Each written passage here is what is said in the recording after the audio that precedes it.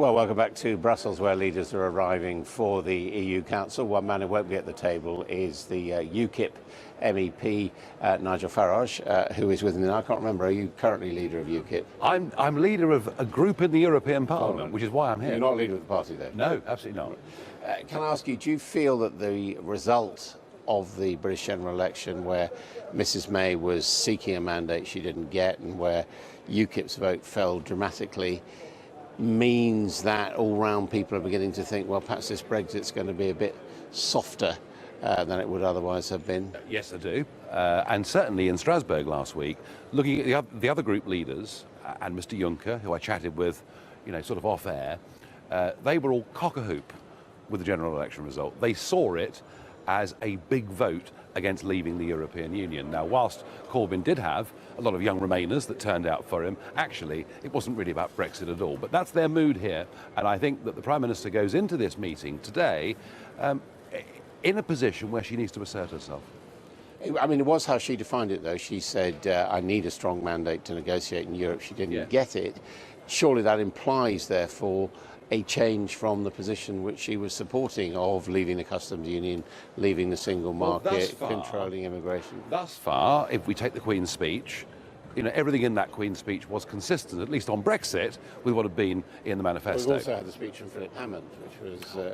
I know. No, look, there's lots of pressure. I mean, oddly enough, her problem here is that they're dictating the events. They're saying, look, we're going to buy this house off you. We want you to sign for it, but you won't know what the price is until after we've completed the deal. And she needs to make it clear. We can't sign up to exit bills and all sorts of deals without at least knowing there is a prospect of some sensible trade relationship.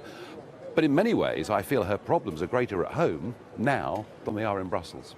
But you were saying you feel that she's got to come out tough today when she gets her period at the dinner. Yes, I do. I think that, and again, post the election, I thought Monsieur Barnier last week was looking very in control, absolutely setting down timelines, setting down what may be discussed now, what may be discussed later.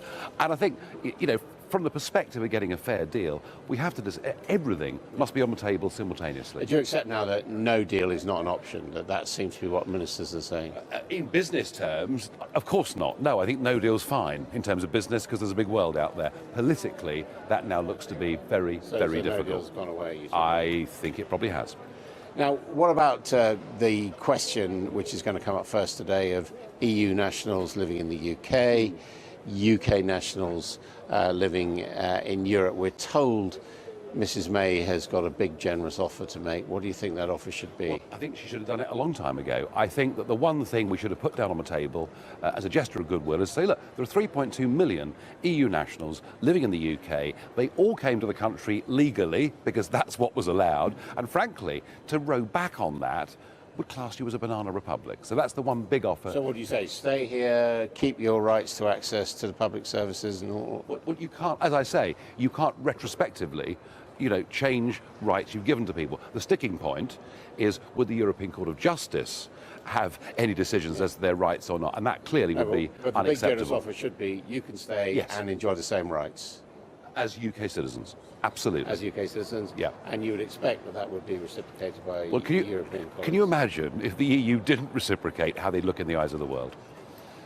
They've been discussing this morning in the House of Parliament the question of extremism, and of course there have been incidents on both sides, Islamist extremism and also extremism by the right wing. I mean, a lot of people in the Muslim community are saying that there's been a big rise in acts of hate against their community. What do you think should be done about that? Two wrongs don't make a right, but certainly there is a reaction against what is going on. Look, what the break of this is, I don't know. What do you mean by a reaction against what's going on?